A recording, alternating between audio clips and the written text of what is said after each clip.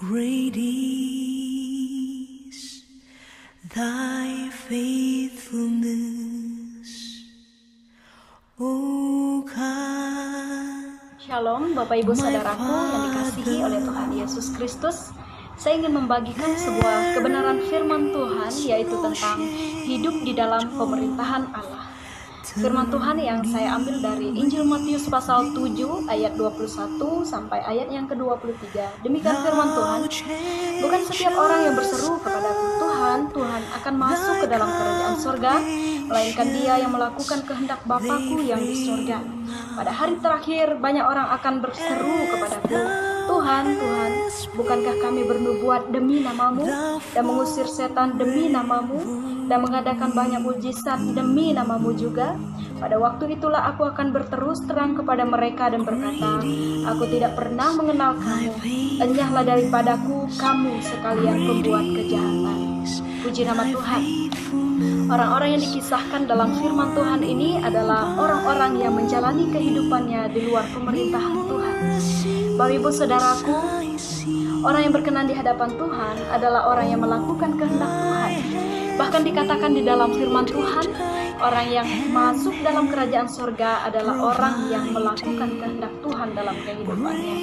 Jika hari ini saya mempunyai keinginan untuk menjadi seorang gembala, apakah dengan keinginan itu Tuhan tersenyum kepada saya atau justru saya yang tersenyum? Bahkan ketika saya benar-benar menjadi seorang gembala, Tuhan akan tersenyum kepada saya atau justru saya yang akan tersenyum oleh karena pencapaian itu? Jika segala sesuatu dalam hidup ini kita jalankan sesuai dengan kehendak diri kita sendiri, dengan keputusan diri kita sendiri, sekalipun itu baik, sekalipun itu tidak melanggar moral, sekalipun itu kelihatannya rohani, bahkan menjadi seorang pelayan Tuhan, tetapi percayalah bahwa saya sedang berjalan di luar kehendak Tuhan, atau saya sedang berjalan atas pemerintahan diri saya sendiri. Oleh karena itu Bapak Ibu Saudara, bagaimanakah kita dapat mengerti kehendak Tuhan itu dalam diri kita? Kita harus bergaul dengan Tuhan. Kita harus menanyakan Tuhan dan teruslah bertanya kepada Tuhan. Dan percayalah bahwa Tuhan itu akan mengajarkan kita melalui rohnya, sehingga kita akan memiliki kepekaan untuk mengerti kehendak Tuhan. Apa yang harus kita lakukan, apa yang harus kita putuskan dalam hidup ini, Roh Allah lah yang akan mengajarkan kita. Oleh karena itu kita harus bergaul dengan Tuhan. Janganlah kiranya kita menjadi seperti orang-orang yang dikisahkan di dalam firman Tuhan ini.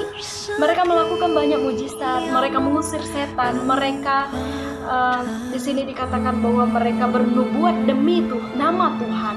Tetapi justru Tuhan tidak mengenal mereka. Mereka justru tidak masuk di dalam kerajaan surga. Oleh karena mereka sedang berjalan dalam pemerintahan diri mereka sendiri, atau mereka sedang melakukan kehendak diri mereka sendiri. Pada akhirnya Bapak Ibu Saudaraku, yang menjadi kesimpulan dalam perenungan firman Tuhan ini, Tuhan ingin mengatakan kepada kita bahwa Tuhan lebih menginginkan sebuah hubungan daripada segudang pemahaman, pemikiran kita tentang Dia. Selamat berjuang, selamat mencari kehendak Tuhan dalam kehidupan kita. Bergaulah dengan Tuhan, tanyalah Tuhan, dan percayalah bahwa Tuhan oleh Rohnya akan menuntun Bapak Ibu Saudara untuk mengerti kehendak Tuhan dalam kehidupan ini. Amin.